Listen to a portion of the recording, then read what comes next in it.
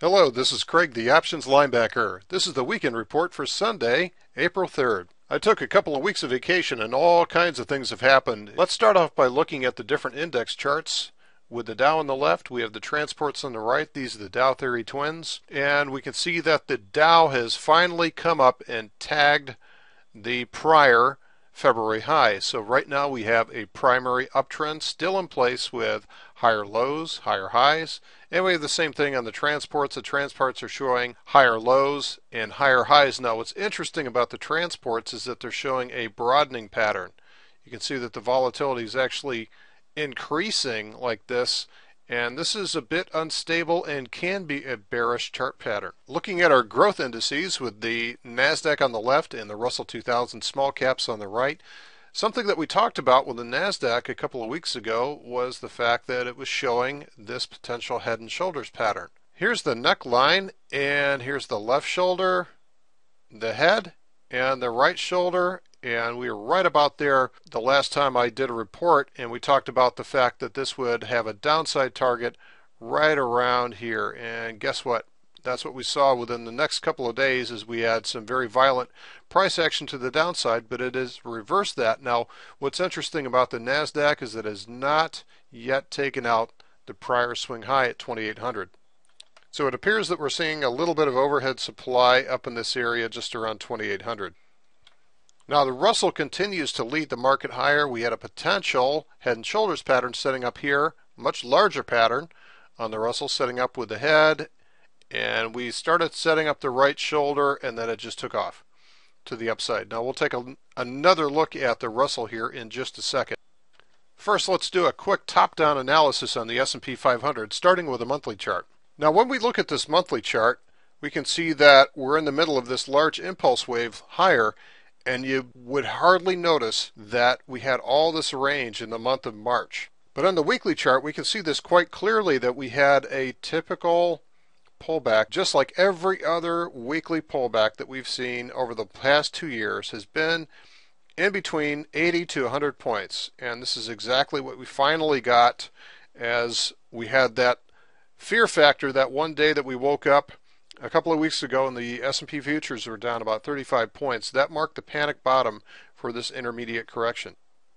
So now, even though we have a larger monthly impulse wave going higher, we still have to look at this and say this is wave 1 up, wave 2 down. I'm going to count this whole thing as wave 3. Wave 4 down is complete, and now we're on wave 5. We're at the finishing wave.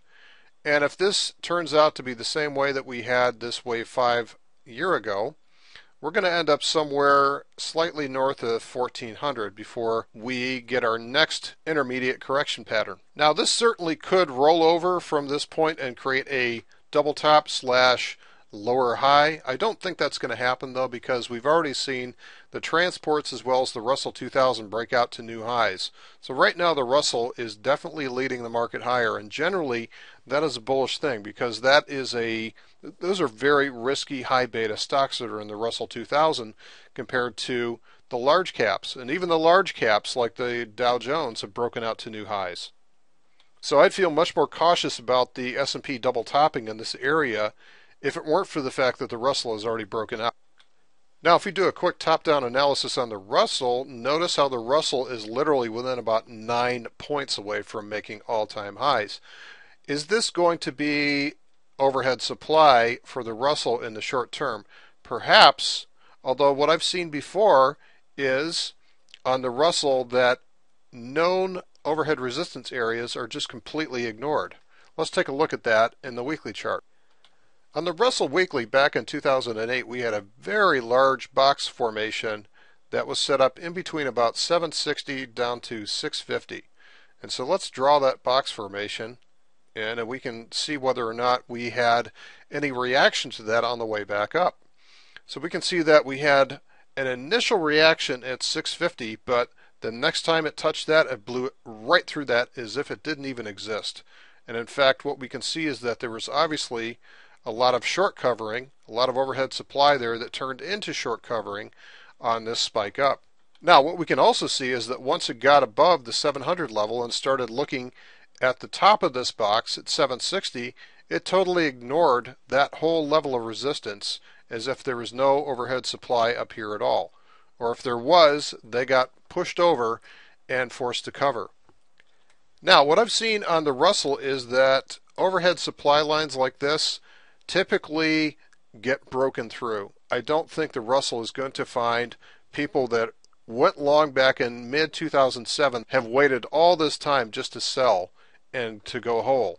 So over the course of the next 2 weeks, I think the Russell is going to be our canary in the coal mine, to watch the Russell to see how it contends with this overhead supply line at 856 and see whether or not the price can break through there. Something that we've been keeping an eye on is the fractal energies that are available at each time frame. So we look at the monthly time frame, we look at the weekly time frame. Monthly right now is in the middle of a large impulse wave higher. It started with a full load of energy and it still has about half of its available energy, so we could easily see something up in the 1400 level before this monthly impulse wave is over. Now as we move down to the weekly time frame, what we saw several weeks ago was the fact that we also had an exhaustion point on the weekly time frame as we were well below that 35 level. In fact, down in the mid-20s. So we knew at that point that the weekly chart was going to have to either walk sideways or retrace or a combination of the two to be able to restore its energy. And it has done exactly that in a very, very short period of time to recharge this time frame for further gains if, in fact, that's the way it's going to go. The problem with that theory is that the two smaller time frames than this, the two smaller fractals, the daily and 150-minute chart, are both completely exhausted right now in the 20s to below 35. So right now, both of these time frames have no available energy to continue the upside assault. So to be able to support the monthly and the weekly charts, the daily is going to be able to have to walk sideways to perhaps retrace down. So we should expect to see the daily in this area in the near future, as well as a 150-minute chart. So these are going to have to mark time for about a week before they can continue to support the weekly chart higher. Now, the one caveat to that is if we go back to the November-December time frame, we can see that we actually had the same thing happen here. We started off with a daily chart, full load of energy, exhausted itself on the initial rally coming out of the bottom in December. So we had no available energy to support the weekly chart at that point. But what happened was the daily chart started doing some sideways work, some very small trends, more sideways work, some more small trends, more sideways work, and then by doing that, by making these incremental moves to the upside, was able to recharge itself as well too. So fractal analysis really means that you're looking for patterns within patterns within patterns. If you know how to knit them all together, it allows you a much better look at what's likely to happen in the near future in the stock market. Now, as far as positions, we've already had a very good April cycle with all this sideways price action, so we've been able to take early profits. So we've actually had a very good month for the April cycle. The one trade that we do have left is a butterfly, which was originally a defensive trade that I had on the IWM, or the Russell 2000 ETF. And as we get up near all-time highs for the Russell, I'm expecting, again, perhaps an initial reaction, but eventually a punch through on there, and we should be able to score some nice profits on this remaining butterfly over the next 2 weeks.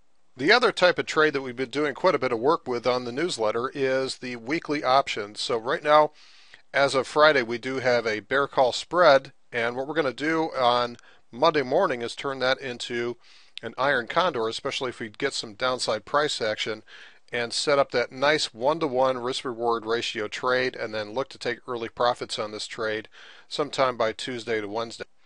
And folks, that's it for this report, so enjoy the rest of your weekend, and good luck to both Butler and Yukon tomorrow evening. Take care. We'll see you next week, folks.